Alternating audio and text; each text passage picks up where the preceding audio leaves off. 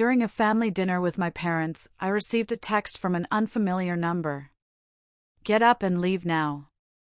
Don't say anything to your parents. I chose to obey the message, and that's how I found out the truth. The very next day, the police were knocking on their front door. What's strange is how completely ordinary everything felt right before it unraveled. I hadn't expected hugs, warmth, or anything emotional. But I definitely wasn't prepared for what actually unfolded, something that, in retrospect, feels like the most dangerous kind of trap. When life appears normal, you let your guard down. That's when it catches you off guard. I walked inside, and my mom immediately called out from the kitchen. We're just about to eat. Come on in. Come in. It was as if I had arrived late to some cheerful gathering. My dad rose from his seat when I entered the dining room, a beat too slowly. Like he hesitated, unsure whether we were doing hugs now or sticking to polite nods. We nodded. Of course, my sister was already at the table, lazily scrolling through her phone with that perfected teenage disinterest she still carried. She glanced up just long enough to acknowledge me, then returned to her screen, offering the bare minimum attention required. That didn't bother me. I wasn't there to win anyone over. The table was neatly arranged. My seat had been pulled out for me. A glass waited at my place, filled with cranberry juice, just like always, not spiked with any holiday flair, not cute or curated, just plain juice, the kind I used to enjoy. My mom gave me a smile that felt like part of a charade, as if we were pretending at closeness. You still like cranberry, right? She asked. I nodded. I hadn't touched the stuff in months, but now wasn't the time to open that discussion. We sat down. They served the meal. It was basic fare. Chicken, potatoes, and some kind of green beans my dad still pretended to enjoy, though we all knew better. The conversation remained breezy. How's work? Still in the same apartment? Traffic's been awful lately, I responded. I smiled. I even chuckled when my sister brought up a coworker who got stuck in the revolving doors at her building. Not because it was funny, but because I knew how to play my part. The quiet one, the reliable one, the one who didn't stir the pot. Midway through my dad's familiar rant about road construction, my phone buzzed in my lap. Without much thought, I checked it beneath the table. The message was brief. No name attached, no emojis or casual punctuation. Just sentences ending in firm periods, like someone desperately trying to sound calm. Get up and leave now. Don't say anything to your parents. I stared at it, then read it again. The room moved on around me. My mom nodding along to whatever my dad was going on about, my sister chewing her food, all of it playing out like a normal family dinner. And yet I was being told to leave, as though the house had suddenly turned into a danger zone. I didn't move. Not right away. A dozen explanations flashed through my head. Maybe it was a prank, a misdial, a scam, or the setup for some social experiment I hadn't agreed to. But deep down, I knew it wasn't any of those. Somehow I just knew. I'll be right back, I said, sliding my chair back from the table. Just need to use the bathroom.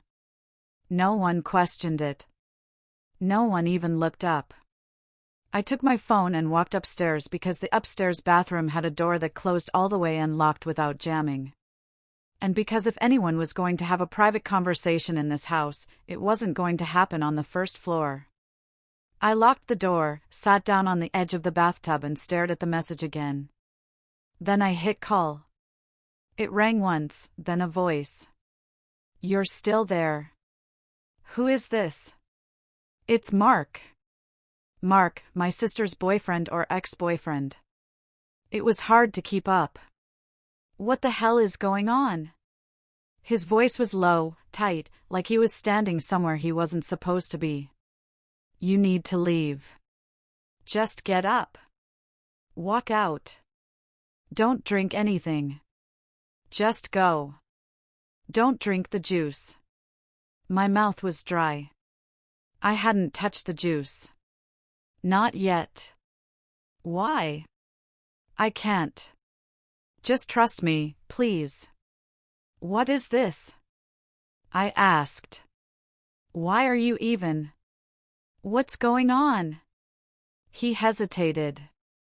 Please just get out of there. Not until you tell me why. He said something then. I didn't respond. I sat there for a while after the call ended. Long enough to feel the cold from the bathroom tiles through my clothes. Long enough to know I had a choice and I'd already made it.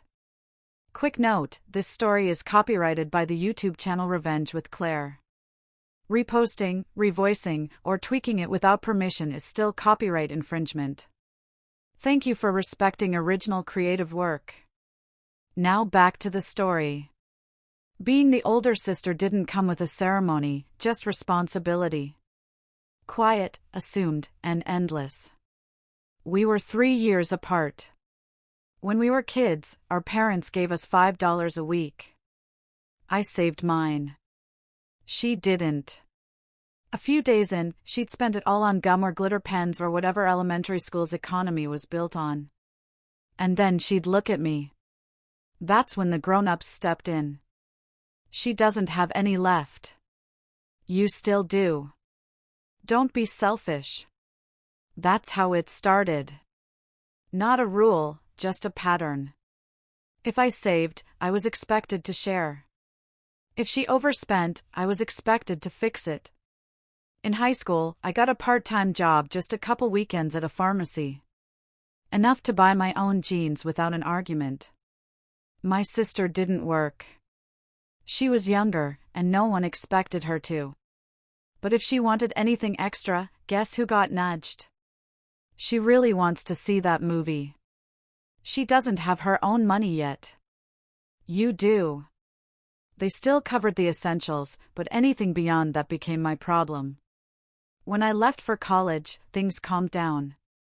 I was busy, broke, and 2 states away. My sister was still in high school, and for a while it felt like I'd bought myself some space. Then I graduated, got a junior developer job, entry-level pay, basic benefits, barely enough to cover rent and loan payments.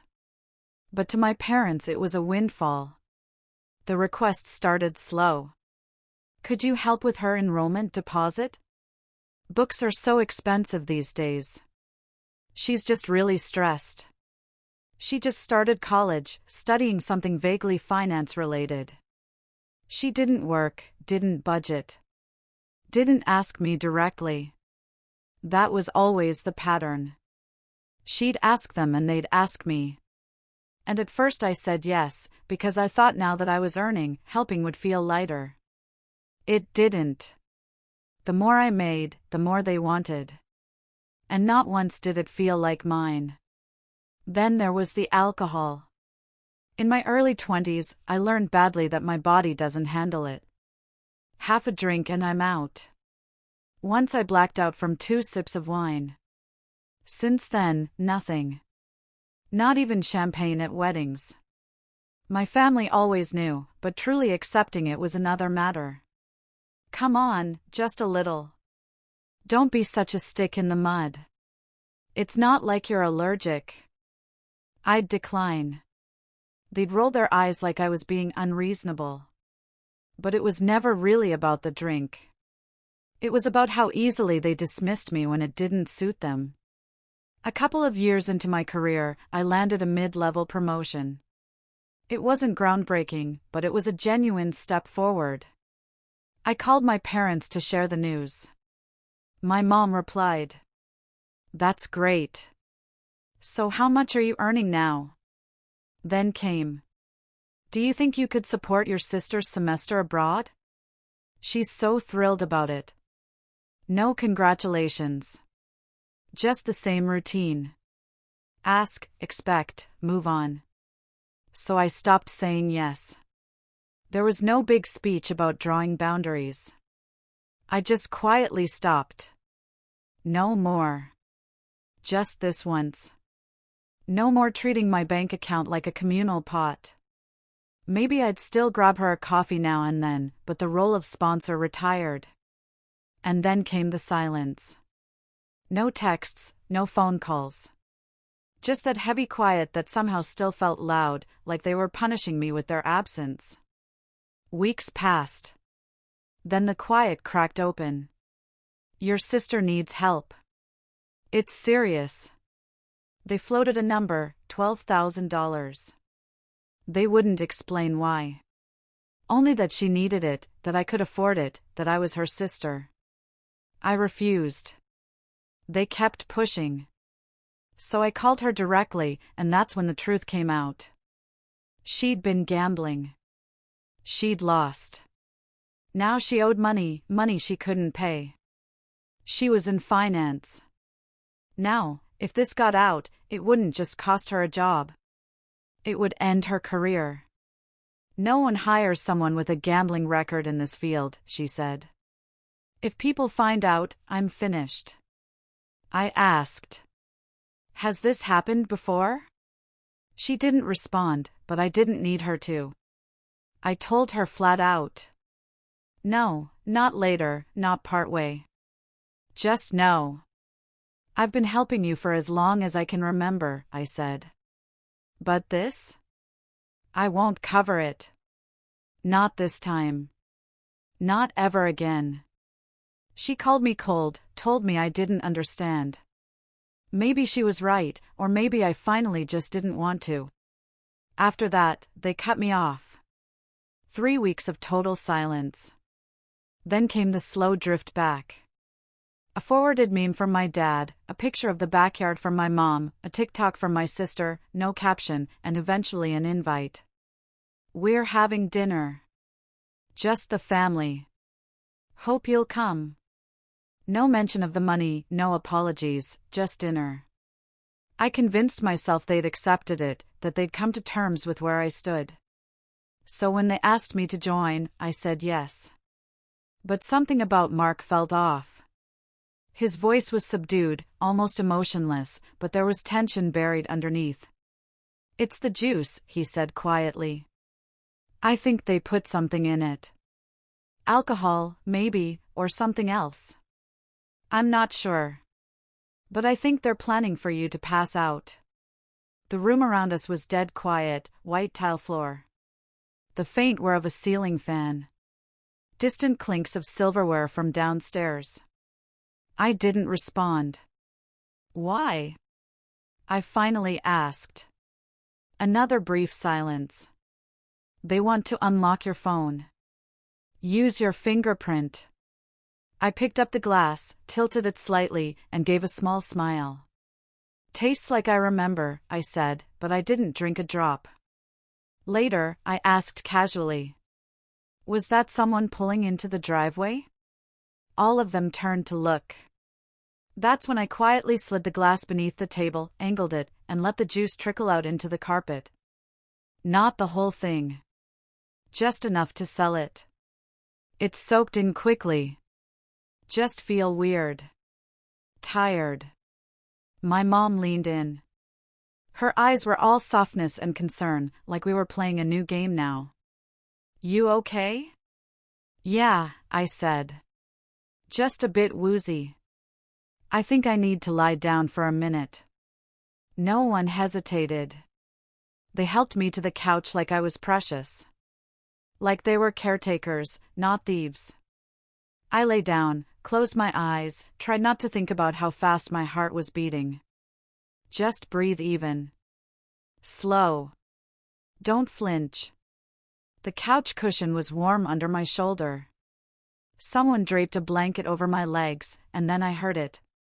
Is she asleep? My mom whispered. Yeah, she's out, my sister said. Okay, my dad replied. Let's do this quickly. I heard the sound of my phone being picked up. Then something worse. Fingers curling around my hand, my thumb being lifted gently, but with purpose. My skin pressed against the sensor. A pause, then a faint vibration unlocked. There was something quietly horrific about it. The casual coordination, the fact that they didn't hesitate. They just did it. Okay, my sister whispered. We're in. More tapping, the sound of numbers being entered. Routing number, my dad said under his breath. She has everything saved. How much are we doing? My mom asked. Not all of it, my dad said. Just enough to settle it. Settle what? I kept my breathing steady. I kept my eyes closed. She won't even know, my mom said. If it goes through clean, she'll just think she transferred it herself. I told you, my sister said. She always blacks out after a drink. We just needed her to sleep through it. There it was out loud, all three of them together. A tap, a pause. It's asking for a code, my sister said. Code, my mom said. Two-step verification, my sister muttered. She changed it. My dad cursed under his breath. A soft, irritated sigh. Try another app. Tapping. Still tapping. Same thing. Everything's locked. They sat in silence for a second. Then my mom said, just put the phone back. They did.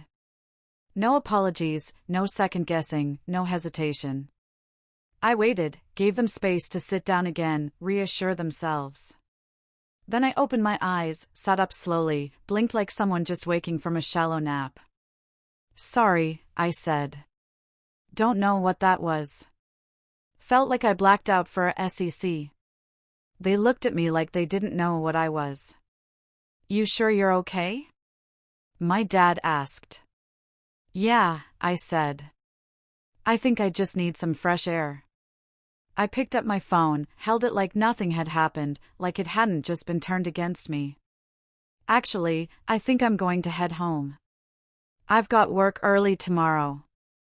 They nodded. No protest, no awkward offer to walk me out. Just a soft chorus of thanks for coming. Get home safe. Let us know when you're back. Like we hadn't just crossed a line we couldn't come back from at the door. We hugged like we always did. My mom, my dad, my sister, one after another. It wasn't planned. It just happened. Habit, tradition, reflex. And as soon as it started, something cracked. My mom's perfume, my dad's jacket, my sister's hand brushing my arm. Normal things, familiar things, and all of them poisoned. Now I felt it rise in my chest. This weight I didn't know how to carry. This is the last time, I thought. This is the last time I'm hugging them. After tonight, we don't come back from this. I almost cried. I didn't, but almost. I stepped back, smiled like I wasn't breaking open. Thank you for dinner, I said. They smiled. I opened the door and I left. I didn't tell them what I knew. I didn't ask what they put in the glass. I didn't say a word. But before I walked out of the bathroom that night, I did exactly what they never counted on. I didn't block them from getting into my phone. I made it easy. Left the fingerprint access right where they expected it. What I did change was my bank security. I added two-factor authentication, not the easy kind, real verification, something they couldn't fake with my thumb. So when they tried to transfer money, the app would log the attempt, stop the transaction and leave a trail. And then I set up the recording, not with some obvious red light or blinking dot. If they'd seen that, it wouldn't have worked. But I know how to run audio in the background. No notifications, no visible apps, nothing on the screen. That's the part they didn't get. I work in tech. I build systems for people who try to outsmart other people, and I knew exactly what they'd overlook. While they were unlocking my phone and trying to steal from me, they were recording themselves doing it. Every word, every attempt, all of it. They thought I was unconscious. But the truth is, I was ahead of them before I even came back to the table. I drove to the police station like I was going to the grocery store. Not fast, not shaking, just steady. I parked, walked in, stood in line behind a guy asking about parking tickets. And then I told the woman behind the glass that I needed to report a crime. She asked what kind. They drugged me, I said, and tried to steal from me. I have the recording. She blinked. Do you know who did it? Yes, I said. My parents and my sister. That's when she stopped blinking. They gave me a chair in a quiet room with an officer who didn't ask why I hadn't gone to the hospital or why I wasn't crying. He just listened. I played the audio clip. He sat through the entire thing before asking, "Do you realize what they were trying to do?" "Yeah," I replied. "They were after my money." I forwarded him the file, pointed out the timestamps, and walked him through the activity logs on my banking app. He nodded frequently, jotted down some notes and typed carefully into a computer system that looked at least a decade out of date. "This is serious," he said. I gave a small shrug. Yeah, it was. He asked if I was all right, if I had a place to stay, and whether I needed any kind of support. I told him I'd already left. It was my first time ever filing a police report, but I didn't feel afraid. Not anymore. 2 days later, my phone buzzed nonstop. 3 messages and a voicemail, all before noon. The first was from my mom. "Did you actually report your own family?" "Then? What is wrong with you?" I didn't respond. My sister left a voicemail. Her voice sounded tight, almost shaky. "It was just a mistake. You made it worse than it had to be." Next came a call from my dad. I let it go to voicemail as well. "You think the cops will fix this?" He said. "You're going to destroy everything. You don't do this to your own people." I texted back one time. "You drugged me. You tried to rob me. That's not family. That's a felony." Then I blocked them. All of them. Mom, Dad, my sister. Group chats, every contact, even emergency bypasses. I changed my phone number, rewrote my will, froze my credit just in case. I thought cutting ties would sting more, but it didn't. It felt like I could finally breathe. They didn't contest the charges. Not after the audio. Not after the bank attempt synced perfectly with the timestamps. Not after the detective said we can handle this the easy way. Attempted fraud, biometric misuse, conspiracy, administering a substance without consent. All 3 of them together. The recording said everything. I didn't have to. They got probation 1 year, fines, community service, no contact order, no prison time. But the stain remained. I never reached out, never asked how things ended. But word finds you. Eventually a cousin on my dad's side mentioned they'd sold the house. Debt, legal fees, trying to salvage whatever was left. No one in the family reacted. Just silence. As for my sister, I saw her once, by chance, at a grocery store across town. She didn't notice me. Or maybe she did, and just kept facing the shelf like it held all the answers. She was wearing a polo and a vest, stacking paper towels, avoiding any eye contact. Guess finance wasn't the right fit after all.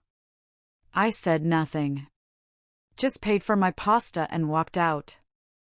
Her boyfriend? Gone. I heard that from a mutual acquaintance. Not someone close, just someone who still keeps tabs on everyone. Apparently he moved out a few weeks after everything came to light. No drama, just packed up and disappeared. Some things don't need explanations. They speak for themselves in me. I don't get texts asking for help anymore. No more group chats. No more guilt served up as duty. I work. I sleep. I open my fridge and know every single thing inside was bought by me for me. I thought severing ties would be harsh. Instead, it felt clean. So what do you think? Did I go too far? Or not far enough? Drop a comment below and don't forget to subscribe for more.